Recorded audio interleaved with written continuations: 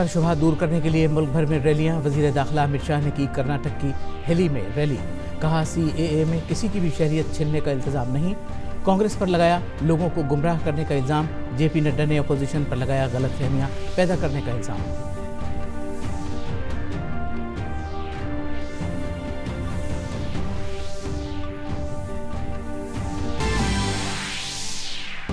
मरकजी वजीरों का आज से जम्मू कश्मीर का दौरा। लोगों से कर रहे हैं मुलाकात। खित्ते के लिए जारी तरक्याती कामों के बारे में देंगे जानकारी।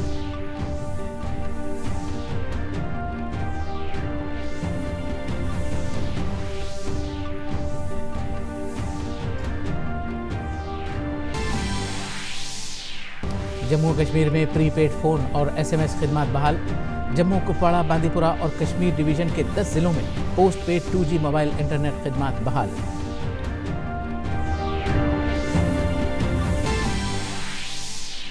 मरकजी वजीर प्रकाश जावड़ेकर ने बिजली को बताया गरीबों को बाइख्तियार बनाने का जरिया। 5 रोजा इलेक्रामा एक्सपो 2020 किया इफ्तिताह। इलेक्ट्रॉनिक गाड़ियों को बताया भारत का मुस्तकबिल।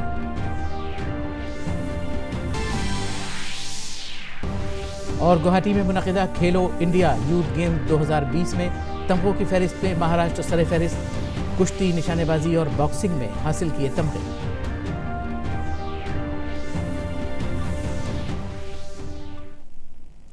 नाज़रीन आदाब, इमरोज़ में आपका खैर मक़दम है। मैं हूँ असलम बेग। अब खबरें तफसील से। पाकिस्तान से भारत आए हुए पनाह गुज़ीरों के एक ग्रुप से नई दिल्ली में BJP हेडक्वार्टर पर खिताब करते हुए BJP के कारगुजार सदर JP नड्डा ने कहा कि कांग्रेस CAA पर झूठ फैला रही है और मुल्क को गुमराह कर रही है। उन्होंने कहा कि कांग्रेस वोट बैंक की सियासत कर रही है।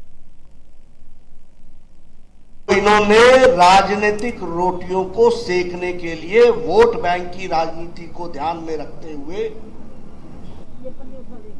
देश से ऊपर वोट को रखा और लोगों को गुमराह करने का काम शुरू कर दिया। क्या गुमराह किया? करोड़ों लोग आ जाएंगे,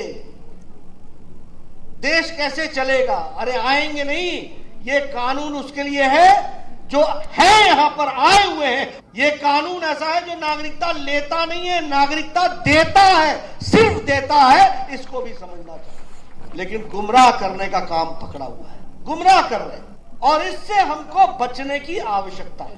दूध का दूध, पानी का पानी बताया जाए। मरकजी वजीर दाखिला अमित शाह ने कर्नाटक के हेली में CAA की हिमायत में एक रैली से खिताब किया। उन्होंने कहा कि CAA की मुखालफत करने वाले दलित मुखालिफ हैं। अमित शाह ने जोर देकर कहा कि नए कानून में किसी की भी शरीयत छीनने का कोई इल्तजाम नहीं है।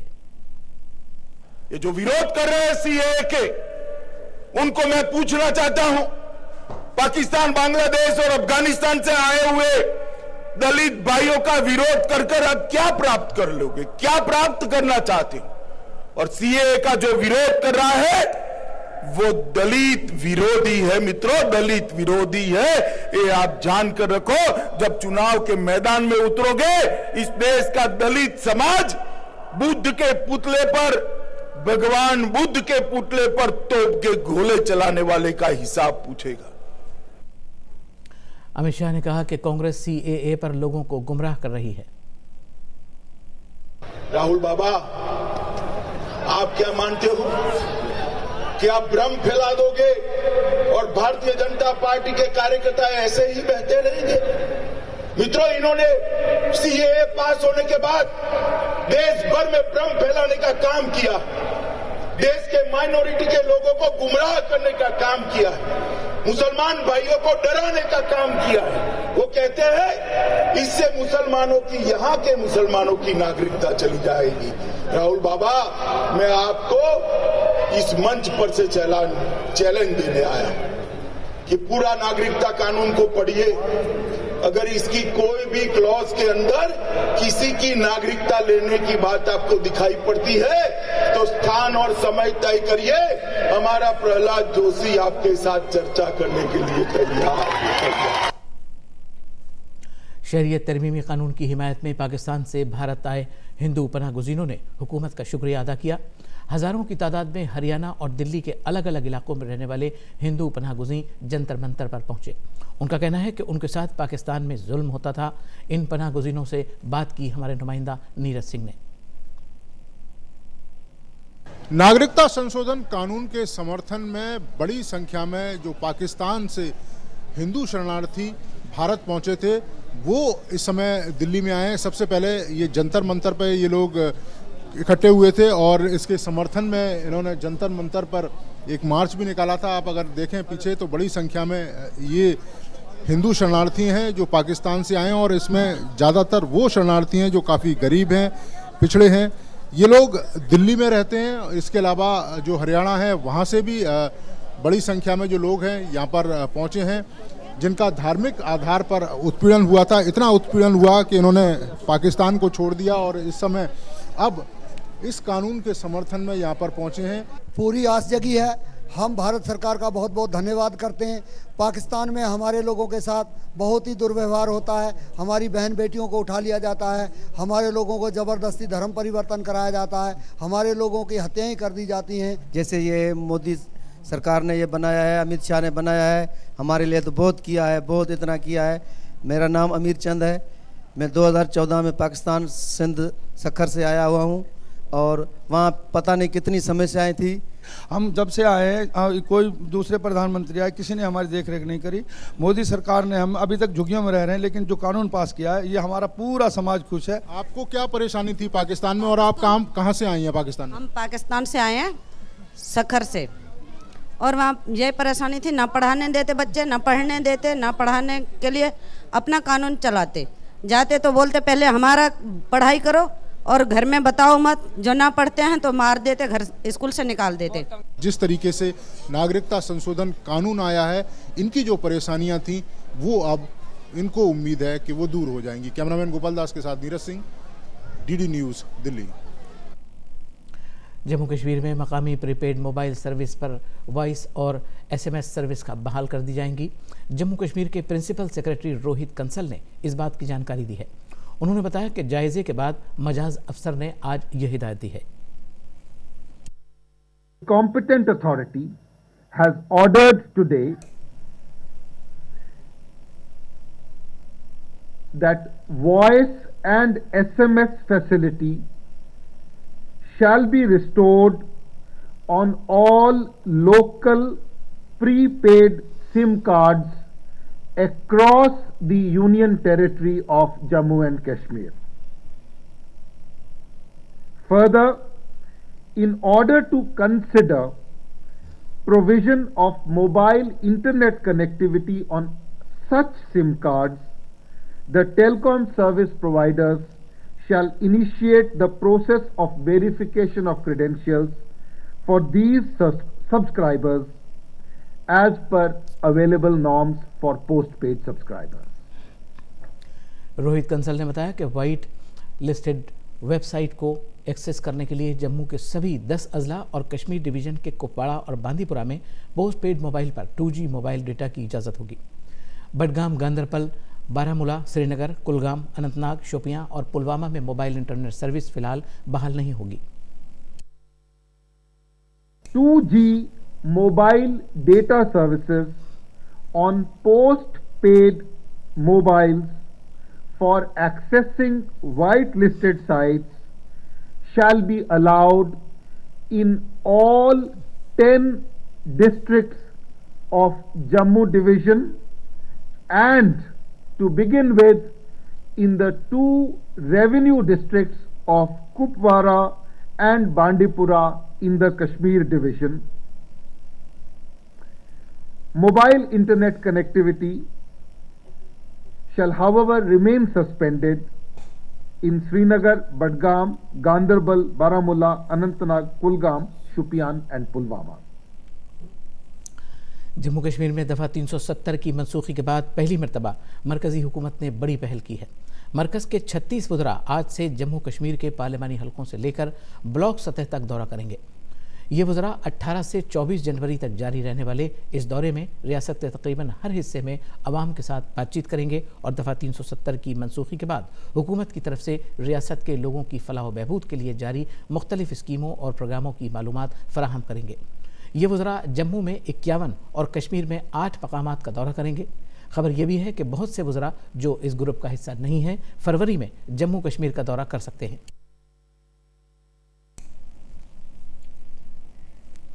मरकजी वजीर जितेंद्र सिंह ने कहा कि 2019 एक ऐसा साल है जिसने जम्मू कश्मीर को नई समत दी। 2019 का साल एक ऐसा साल था कि जिसमें जम्मू कश्मीर और लद्दाख को एक नई दिशा भी दी और नई दशा भी। और मैं तो ये कहूंगा कि न केवल जम्मू कश्मीर बल्कि सारे हिंदुस्तान के लिए एक ऐतिहासिक वर्ष, जिसने हिंदुस्तान को एक नया आयाम दिया, एक नया हौसला दिया। और नरेंद्र मोदी के रूप में निष्ठा और इच्छा शक्ति के प्रतीक के तौर पर भारत को मान्यता प्राप्त की, सम्मान मिला, स्वीकृति मिली। जितेंद्र सिंह ने कहा कि यहां बांस की अशिया बनाने की तरबियत दी जाएगी। 3 दिवसीय कार्यशाला 1000 अधिकारी आईएएस और केएस के 3 दिन में देश भर से अलग अलग प्रदेशों से आकर के उनको अलग अलग सत्रों में अलग अलग अनुभवों से परिचित करवाएगा। और अभी हाल ही में पहली बार पूर्वोत्तर से बाहर बैम्बू को लेकर के कार्यशाला हुई और प्रदर्शनी भी हुई है। और अब हमने एक 3 सदस्यीय टोली भी गठित की है। जम्मू कश्मीर में दहशतगर्दों की मदद करते हुए रंगे हाथों पकड़े गए पुलिस अफसर देवेंद्र सिंह के मामले में एनआईए ने मामला दर्ज करके जांच की शुरुआत कर दी है। मुअत्तल देवेंद्र सिंह को बर्खास्त करने की मांग की गई है। देवेंद्र सिंह के खिलाफ आर्म्स एक्ट, धमाकाखेज अशिया रखने समेत यूएपीए की कई दफात के तहत मामला दर्ज किया गया है।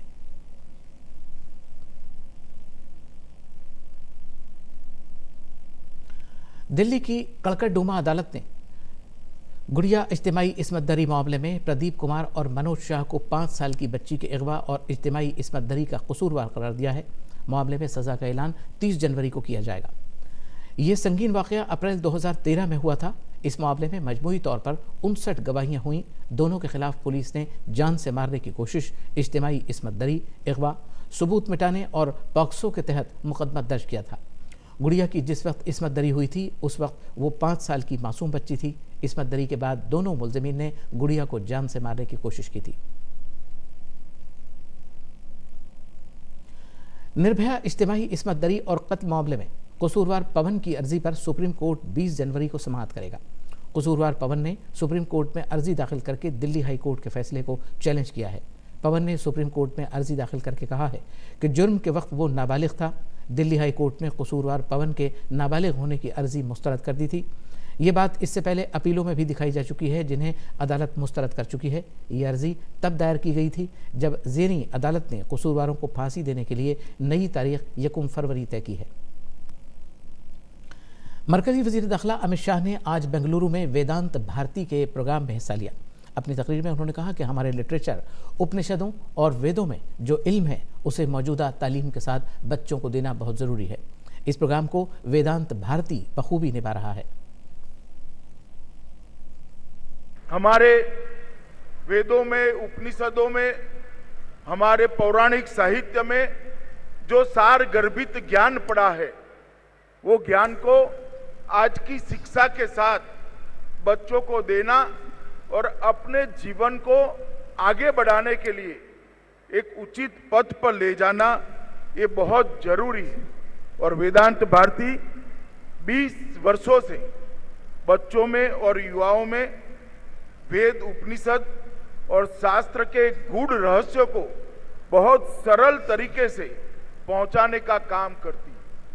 आज मैं फिर से एक बार वेदांत भारती के सभी कर्ता धर्ता को मन से साधुवाद देना चाहता हूं। इत्तलात और नशरियात और heavy industries and public enterprises के मरकजी वजीर प्रकाश जावड़ेकर समेत तवानाई के मरकजी वजीर आर.के. सिंह ने ग्रेटर नोएडा में मुनक़िद इलेक्ट्रामा एक्सपो के 14वें एडिशन का इफ्तिताह किया। 18 से 22 जनवरी तक ये एक्सपो चलेगा, जिसमें बिजली सनत की कई कंपनियां हिस्सा ले रही हैं। मरकजी वजीर बराए इत्तलात और नशरियात और भारी सनत और पब्लिक इंटरप्राइज के वजीर प्रकाश जावड़ेकर और वजीर तवानाई आर.के. सिंह ने ग्रेटर नोएडा में इलेक्ट्रामा 2020 का इफ्तिताह किया। इस मौके पर इलेक्ट्रामा 2020 ऐप का डिजिटल लॉन्च भी किया गया। मुल्क में बिजली के शोबे की जानी मानी कंपनियों के पेशेवरों के दरमियान वज़ीर तवानाई ने कहा कि भारत आगे बढ़ती हुई मईशत है और इसलिए बिजली के शोबे में भी तजदीदकारी की जरूरत को देखते हुए मरकजी हुकूमत ने कई बड़ी तब्दीलियां की हैं। उन्होंने कहा कि बिजली की तकसीम में सरमायाकारी में इजाफा किया गया है और गैर रिवायती तवानाई के वसाइल को फरोग दिया गया है। टैरिफ पॉलिसी में तब्दीलियां की जा रही हैं। उन्होंने कहा कि आवाम को 24 घंटे 7 दिन बिजली की सप्लाई के लिए सरकार पुरअज़्म है। I have to come to a consumption of at least 3,600 units per person, per consumer. That's the world average, for God's sake, and the world includes Africa. Now, if it's going to triple, the demand is going to grow, and we will achieve that demand.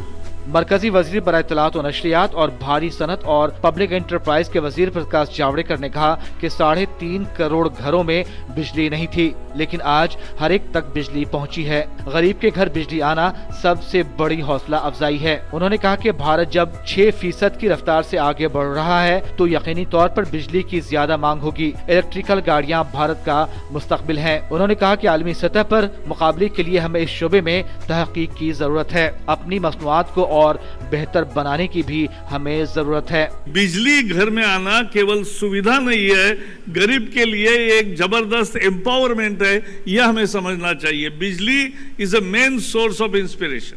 हमारे 18,000 गांव थे जहां बिजली नहीं पहुंची थी। सभी घरों में 3.5 करोड़ घर थे जहां बिजली नहीं थी। वो बिजली सौभाग्य योजना के द्वारा लाई। एलेक्रामा का 14वां एडिशन ग्रेटर नोएडा के इंडिया एक्सपो मार्ट में 22 जनवरी तक जारी रहेगा, जिसमें बिजली के शोबे के पेशेवर और सनतकार बिजली की फराहमी में इजाफा करने, तहकीक करने, जरूरी मंसूबों और पॉलिसियों पर गौर खौज करेंगे। Bureau report, DD news Urdu खबरें। मुरादाबाद में 4 रोज़ा क़याम के आखिरी दिन RSS के सरबराह मोहन भागवत ने मकर संक्रांति उत्सव में कहा कि मुल्क में लामहदूद इम्कानात हैं और हमें मिलकर एक साथ आगे बढ़ना है। उन्होंने कहा कि भारत हमेशा अमन के रास्ते पर चलता रहा है। अपने देश की सर्वांगीण उन्नति करना है और सर्वांगीण उन्नति करते समय देश जिन बातों से पहचाना गया है दुनिया में, आज भी पहचाना जाता है। भारत जिस कारण भारत है उसकी सुरक्षा करनी है। हम तो भलाई करते ही रहे हैं, हमने कभी किसी की बुराई नहीं की। स्वतंत्र होने के बाद भी हम शांति के रास्ते पर अब तक चलते रहे, रहना ही है, वही रास्ता हमारा।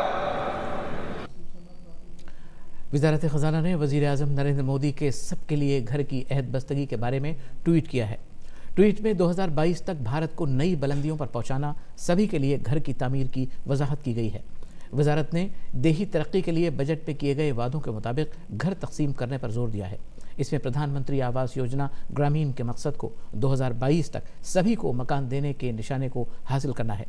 2019-2020 से 2021-2022 के दरमियान अहल मुस्तफ़िदीन को वज़ीर आज़म आवास योजना ग्रामीण के दूसरे मरहले में 1.95 करोड़ घर मुहैया कराएंगे। इस मंसूबे के तहत माली साल 2019-20 तक 60 लाख घर दिए जाने थे, जिनमें से रियासतों और मरकज़ के ज़ेर इंतज़ाम रियासतों ने अब तक 50 लाख घर मुहैया कराने के बारे में इत्तला दी है। हुकूमत हिंद की वज़ारत सक़ाफ़त की तरफ से Nehru memorial museum and library NMML society की अस्तर-ए-नौ तश्कील करने के बाद इस सिलसिले में अहकामात जारी कर दिए गए हैं। अस्तर-ए-नौ तश्कील दी गई सोसाइटी में वज़ीर आज़म नरेंद्र मोदी के प्रिंसिपल सेक्रेटरी रह चुके नृपेंद्र मिश्रा को इसका सरबराह मंतखब किया गया है। साथ ही प्रसार भारती के चेयरमैन A सूर्य प्रकाश को वाइस चेयरपर्सन के ओहदे पर फाइज किया गया है। रुकन के तौर पर NMML सोसाइटी में ICCR के चेयरमैन विनय सहस्त्रेथे और सहाफ़ी सपवन दास गुप्ता शामिल किए गए हैं। इन सभी की मुद्दत-ए-कार 5 बरस की होगी। परीक्षा पे चर्चा 2020 के लिए चित्तौड़गढ़ राजस्थान से भरत मीना का इंतखाब हुआ है। परीक्षा पे चर्चा प्रोग्राम में वज़ीर आज़म मोदी तलबा और असातिज़ा के साथ इम्तिहानात के दौरान होने वाली ज़हनी तनाव पर बातचीत करेंगे। इस प्रोग्राम में मुंतखब होने के बाद भरत मीना बेइंतहा खुश है। परीक्षा होती है ना, उस समय विद्यार्थी तनावग्रस्त रहता है, तो मोदी जी से बात करके वो इस तनाव को दूर करेंगे। बोर्ड क्लासेस की जो परीक्षा है वो 5 मार्च से शुरू होने वाली है और बहुत नज़दीक है, टाइम इतना नहीं है। माननीय प्रधानमंत्री से मेरी ये अपेक्षा है कि मैं उनसे एक कहना चाहूँगी कि समय है, उस समय को आप परीक्षा के समय किस तरह यूज़ में लें और अधिक से अधिक किन विषयों पर फोकस करें। जब आपकी स्टूडेंट लाइफ थी उस समय आपने अपने 24 घंटों का किस तरह उपयोग किया और हम किस तरह से उपयोग करें, आप हमें बताएंगे। ये कार्यक्रम बहुत ही अच्छा है क्योंकि इससे मेरे जैसे बहुत से विद्यार्थी हैं, उनको परीक्षा के वो जो परीक्षा होती है उस समय वो तनावग्रस्त रहते हैं। इस कार्यक्रम के माध्यम से वो प्रधानमंत्री से बात करके इस समस्या का समाधान हल ढूंढ के मतलब अपने आप को अच्छा सुकून प्राप्त करेंगे। त्रिपुरा के धर्मनगर के सभाशीष चकमा भी परीक्षा पे चर्चा प्रोग्राम में वजीर आजम मोदी से मुलाकात के लिए बेइंतहा पुरजोश हैं। I've got chance to meet our Honorable Prime Minister Shri Narendra Modi sir in परीक्षा पे चर्चा in Talkatora stadium in new Delhi. इस प्रोग्राम में हजारों ऐसे स्टूडेंट्स आते हैं, कुछ अनुभवित समाहित हैं जो या तो बोर्ड एग्जाम्स दे चुके हैं या देने की तैयारी कर रहे हैं। उनके प्रयासों से सीख कर हम अपनी परीक्षाओं में अच्छा प्रदर्शन कर सकते हैं। ये प्रोग्राम स्टूडेंट्स को दूसरे के अनुभवों से सीखकर अपनी गलतियों को सुधारने और अपने जीवन पे कुछ बेहतर करने के लिए प्रेरित करता है। सलाह देना चाहूँगा कि सक्सेस के लिए कोई शॉर्टकट नहीं है। उधर अगर जाना है तो तुमको लॉन्ग कट से ही जाना पड़ेगा, हार्ड वर्क करना पड़ेगा। जितना पढ़ो एकदम मन लगा के पढ़ो, अपना नाम रोशन करो, देश का भी, समाज का और अपने माता पिता का जिसने तुम्हें अपना जीवन दिया। लक्षद्वीप के मनिकाय की हसना तस्नीम भी वजीर आजम की परीक्षा पे चर्चा प्रोग्राम का हिस्सा बनने और वजीर आजम के तजर्बे से कुछ सीखने के लिए काफ़ी पुरजोश हैं। Sometimes we are getting trouble with time management in the exam. I want Prime Minister to give more valuable advice because he is learned and experienced person. This programs helps to gain more techniques to study and prepare for the exam, and it will help to release from the tensions, pressures. I expect from the Prime Minister to give more solutions for the students. Bharat ने medical शोबे में एक बड़ी कामयाबी हासिल की है। Indian council for medical research के जरिए टीबी की पहचान के लिए तैयार की गई डायग्नोस्टिक किट ट्रिनोट को आलमी इदारा सेहत मंजूरी दे दी है। भारत के साइंसदानों के लिए एक बड़ी कामयाबी और दुनिया भर में उनके काम की तारीफ तब मिली जब टीबी और मल्टी ड्रग्स मुदाफियाती टीबी का पता लगाने के लिए तैयार करदा एक तकनीक को आलमी इदारे सेहत ने मंजूरी दी। आलमी सेहत तंजीम ने ICMR के साइंसदानों की तरफ से तैयार टीबी की जांच के लिए तकनीक ट्रूनेट को आलमी टीबी टेस्ट में शामिल किया है। ये महज 90 मिनट में टीबी और रिफेपिसिन दवा मुदाफियत की जांच करता है। WHO ने इसको रिकग्नाइज कर दिया कि एक नया टेस्ट है और पहली चीज़ ये है कि ये टेस्ट 90 मिनट में टीबी की डायग्नोसिस कर देता है। मॉलिक्यूलर डायग्नोस्टिक कहते हैं इसको, टीबी का 90 मिनट में डायग्नोसिस कर देता है और ये बहुत छोटा कम्पैक्ट सिस्टम है जो बैटरी पावर्ड है और आप कहीं भी PHC, CHC कहीं भी इसको ले जा सकते हैं। एक तो ये इसमें बात है।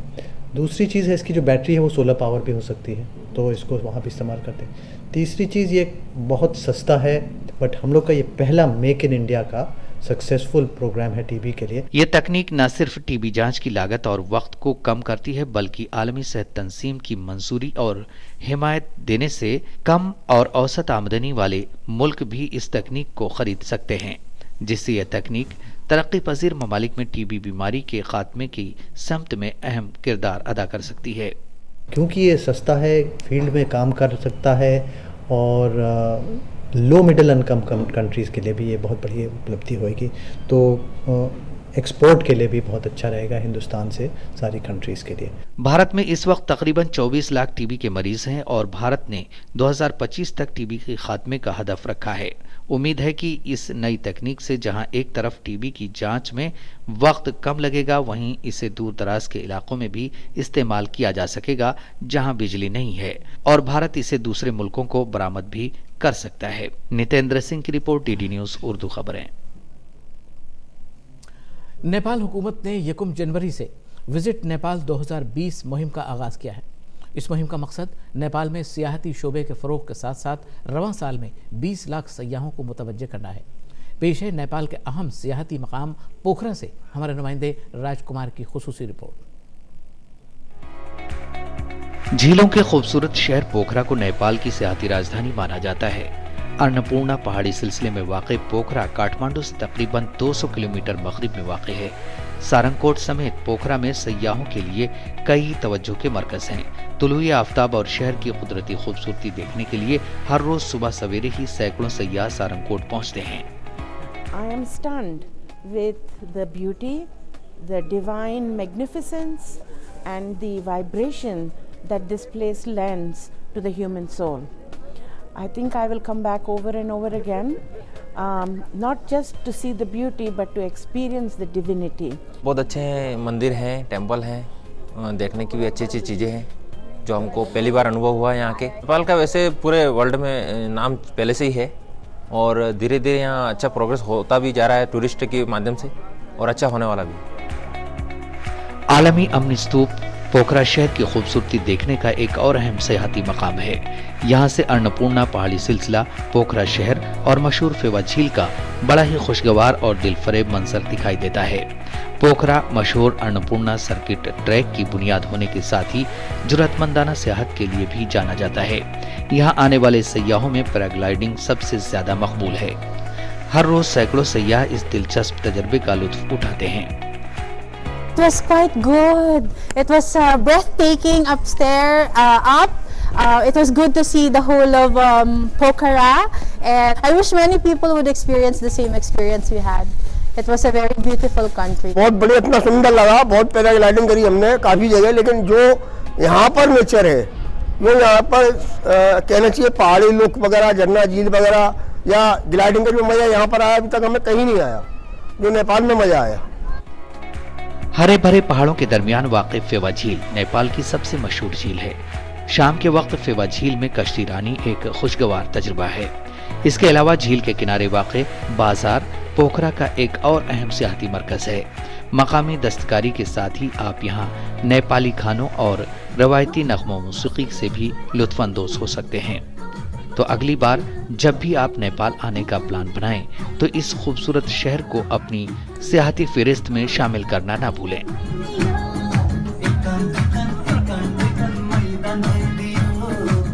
नेपाल से राजकुमार की रिपोर्ट, डीडी न्यूज़ उर्दू खबरें। नाज़रीन, आखिर में एक बार फिर सुर्खियां। CAA पर शुबहा दूर करने के लिए मुल्क भर में रैलियां। वज़ीर दाखिला अमित शाह ने की कर्नाटक की हुबली में रैली। कहा, CAA में किसी की भी शहरियत छीनने का इल्ज़ाम नहीं। कांग्रेस पर लगाया लोगों को गुमराह करने का इल्ज़ाम। JP नड्डा ने अपोजिशन पर लगाया गलतफहमियां पैदा करने का इल्ज़ाम।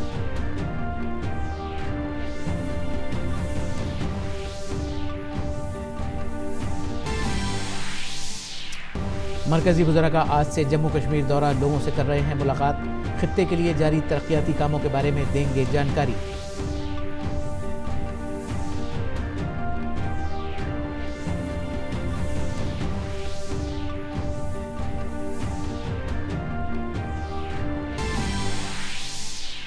जम्मू कश्मीर में प्रीपेड फ़ोन और SMS खिदमात बहाल। जम्मू, कुपवाड़ा, बांदीपुरा और कश्मीर डिवीज़न के 10 ज़िलों में post paid 2G mobile internet खिदमात बहाल।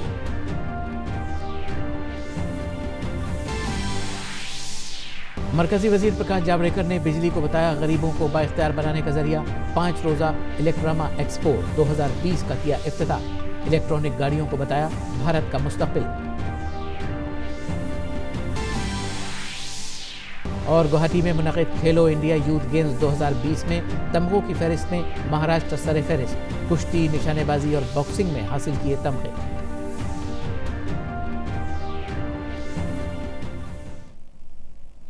नाज़रीन, इम्रोज़ में बस इतना ही। अब इजाज़त दीजिए। आदाब।